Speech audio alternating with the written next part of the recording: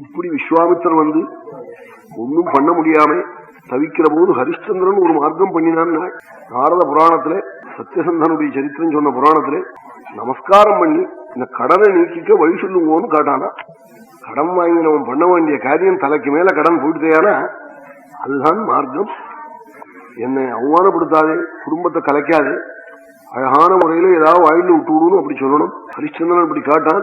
அவருக்கு பணம் கொடுத்த பணம் ஏதாவது பணம் கொடுத்திருந்தான்னா அவர் கேட்கறதுக்கு, அவர் இப்ப பணத்துக்காக விவகாரமும் நடத்தலை. அவருக்கு எண்ணம் பொய் சொல்ல சொல்லணும்னு எண்ணம். எனக்கு ஒரு வழி சொல்லுங்கன்னதே அதுக்கு வழி அவர் அழகா சொல்லுவாரா.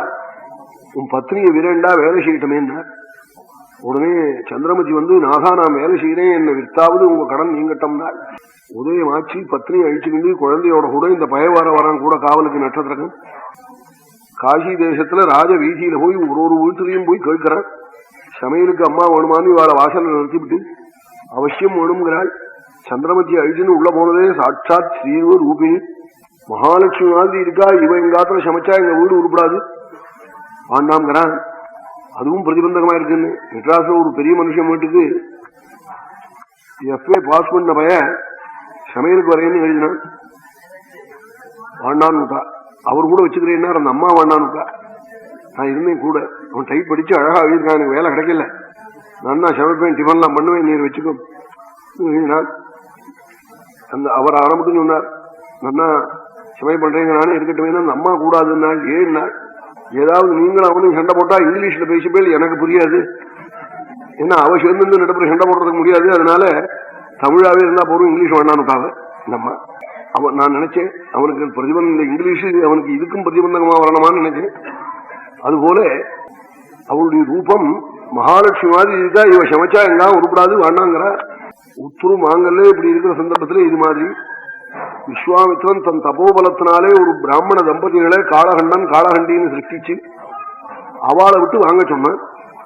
வாங்க சொன்னா அந்த புண்ணிய புருஷன் திண்ணையில வச்சுட்டே பேசினா ஹரிச்சந்திரனே 2000 பவுன் கொடுக்குறேன், விடிய காலம் 4 மணியிலிருந்து 11 மணி மட்டும் ராத்திரி வேலை செய்யணும் என்னெல்லாம் சொல்றான். மின்பணமா தரேங்கிறான்.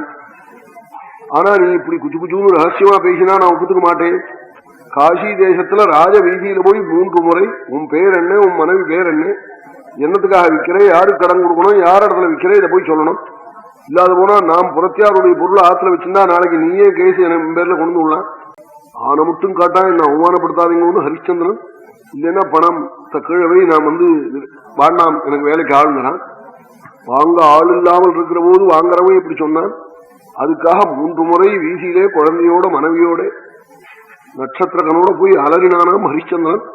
என்ன கத்தினான் நாள், அயோத்தியாதிபதி வீரா ஹரிச்சந்திரதி ஸ்ருதஹ சத்யபத்னி மகாபாகா